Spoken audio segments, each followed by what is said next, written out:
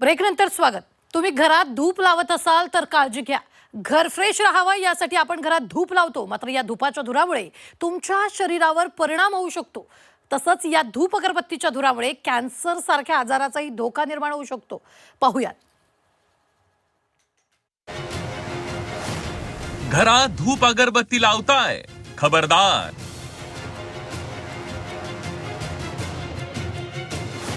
धुपाचा धूर 500 सिगारेट्स ओढल्यासारखा।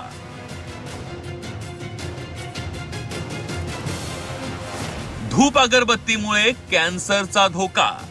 देवघरात आपण धूप आणि अगरबत्ती लावतोच लावतो। घर प्रसन्न ठेवण्यासाठी सकाळी आणि संध्याकाळी पूजेच्या वेळी धूप आणि अगरबत्ती लावली जाते।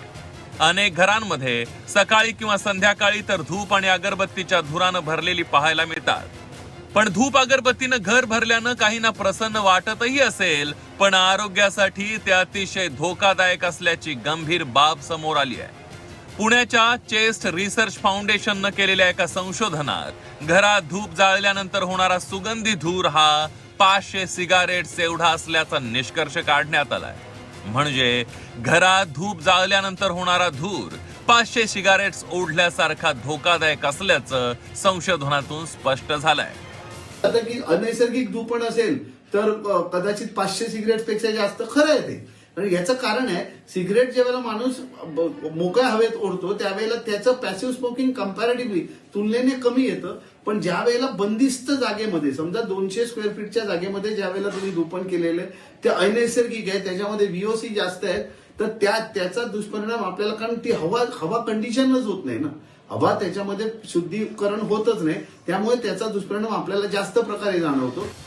धूप अगरबत्ती आरोग्यासाठी खरंच एवढी धोकादायक आहे का, हे पडताळून पाहण्यासाठी आम्ही धूप आणि अगरबत्ती जाळल्यानंतर त्यातून कोणते विषारी घटक बाहेर पडतात याची माहिती घेतली। त्यात जी माहिती हाती आली ती धक्कादायक होती। धुपाच्या धुरामध्ये कार्बन डायऑक्साईड, नायट्रोजन ऑक्साईड आणि फॉर्मल्डिहाइड असे विषारी घटक असतात। धूप अगरबत्तीच्या धुरामुळे हे घटक माणसाला भयानक आजार देऊन जातात।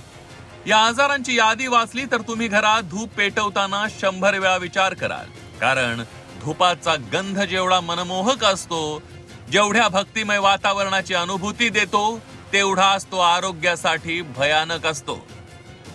धुपामुळे कॅन्सर, दमा, खोकला, फुफ्फुस कमकुवत होणं, अलर्जी, डोकेदुखी, डोळ्यांचे विकार, एकाग्रता ढळणे, डिमेन्शिया, अल्झायमर असे आजार होण्याची शक्यता असल्याचं वैद्यकीय तज्ञ सांगतात। आता याचे दुष्परिणाम केव्हा झाले, धूपण आणि अगरबत्ती ही गाजली, पण याच्यामध्ये ज्या वेळेला अनैसर्गिक घटक आले आणि या अनैसर्गिक घटकांच्या वापरामुळे याचे दुष्परिणाम आपल्याला दिसू लागले।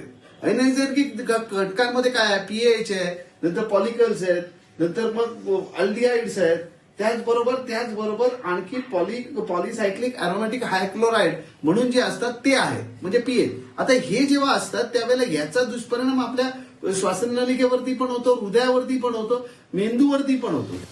धूप आणि अगरबत्ती जाळणं हा भाग माणसाच्या श्रद्धेशी जोडला गेलाय।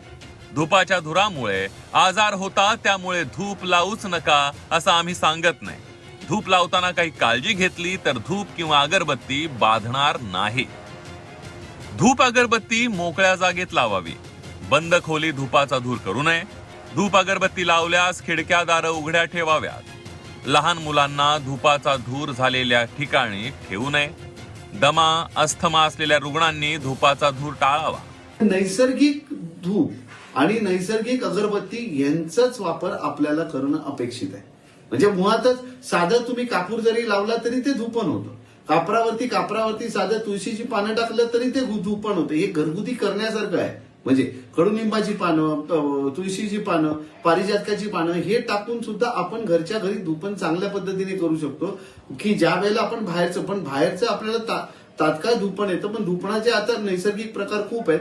मला असं वाटतं की ते धूपणाचे प्रकार तेच आपण अवलंबावे आणि रोज संध्याकाळी लावल्याने वातावरणाची शुद्धी करून आपलं घर शुद्ध ठेवण्याचा प्रयत्न हा परंपरेपासून चालत आलाय।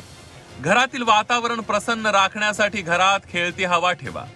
मोकळ्या जागेतला धूर श्वास कोंडणारा वाटत नाही, उलट खेळत्या हवेतला धूप मन प्रसन्न अधिक ठेवतो। श्रद्धा बाळगताना अधिक डोळस राहिल्यास आपण सगळेच आरोग्यदायी जीवन जगू यात शंका नाही. ब्युरो रिपोर्ट, झी 24 तास.